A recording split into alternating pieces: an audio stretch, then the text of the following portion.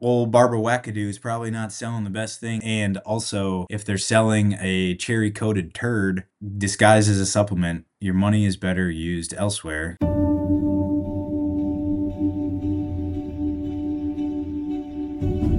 I was prompted to make this video because I think there's a lot of supplements out there that don't have the best ingredients or the best interest for the customer. They potentially have the best interest in it for their business, but it started with someone trying to get my wife to be a sales rep for the company, and it's a MLM, multi-level marketing company that sells supplements. So if that right there doesn't kind of give you a red flag, then you should reconsider supplements you're taking. But in any case, she wanted me to look at that, and I looked at the ingredient list and dissected it. A couple key things I wanted to point out, because there's a lot of different supplements out there and a lot of things that popular ones like magnesium that are claiming all these benefits, but are they using proper magnesium? Are they using B vitamins? Are they overcharging you? And the answer is probably yes for most companies.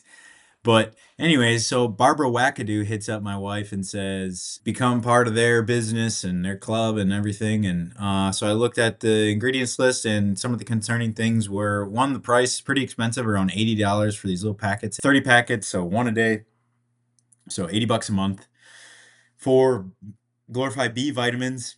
And the claim is that it absorbs into the body quickly and stuff because it balances out the pH levels in the stomach, and therefore can osmotically draw into the system, or whatever their copy and paste was that she sent me. But the concerning thing for me was the instantly red flag of number one ingredient on the other ingredients was maltodextrin. Maltodextrin is derived from corn and is a detriment on spiking insulin.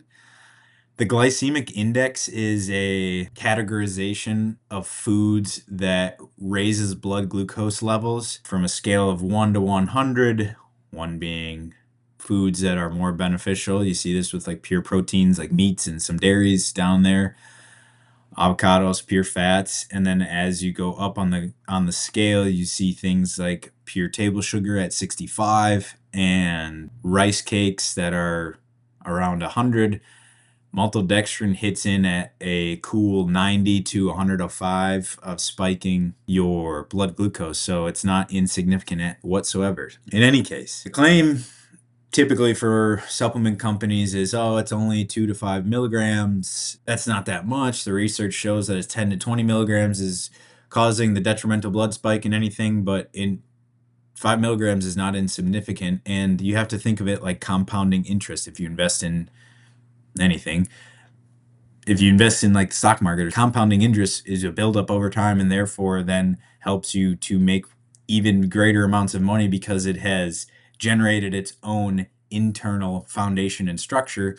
You could think of it the same way with what we eat and pertaining to a lot of the things, but maltodextrin is going to continuously spike your blood glucose to a dramatic extent. And even if you're getting small amounts of that, to do that every day because you're doing a multivitamin that has 1 maltodextrin and 2 fructose, which we'll talk about in a second in it, is not going to be beneficial. And if your hemoglobin A1C tells you that you're at 5.7, probably not a great idea to be consuming something that's pure maltodextrin. And I would assume that athletes aren't taking this. This is probably like a average woman or man just taking this thinking they're doing the right thing. Anyways, maltodextrin is not good.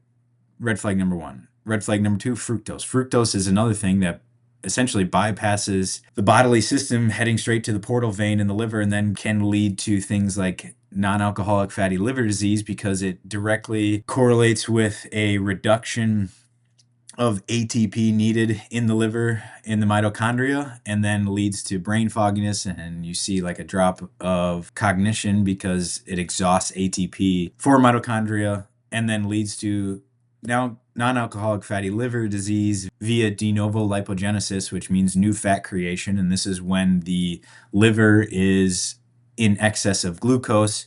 it creates triglycerides out of glucose. So excess carbs turn into triglycerides, and then it either stores it and gets all combobulated into the liver, or it gets pushed out into the blood. So if you see an elevation in triglycerides and you eat primarily refined carbs, this could be a correlation to perhaps reduce the amount of veggie straws. Anyways, fructose, also not a wonderful thing when you're consuming it daily in a processed food like this. One of the final red flags was the magnesium.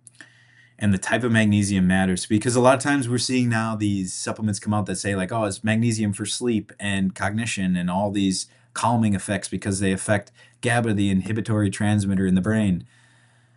Yeah, there's research and science behind it, but it's certain types of magnesium, and typically supplements like to use the cheapest form of magnesium. Whoa. And it is magnesium oxide and magnesium carbonate that are no better really than a glorified poop pill, because they're quite literally utilized in stool softeners, because the magnesium oxide, which is the lowest form of bioavailable magnesium, 5 to 10%, maybe 10% gets absorbed into the body.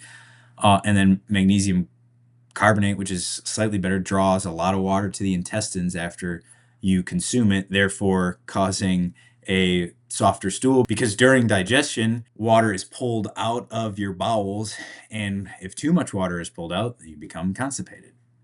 Of note, don't hold your poop, because it goes back in, gets more dehydrated, and then it's harder to poop. So anyways, the magnesium draws water in and helps with stool softening. That's why you'll see it. Check a stool softener. It's got magnesium oxide in it, and it's the cheapest form of magnesium. If you're going to take magnesium, magnesium glycinate shows the best research behind it as far as getting all these benefits, and then it has the potential of crossing the blood-brain barrier, therefore helping affect with all these different sleep and calming effects that you see with it.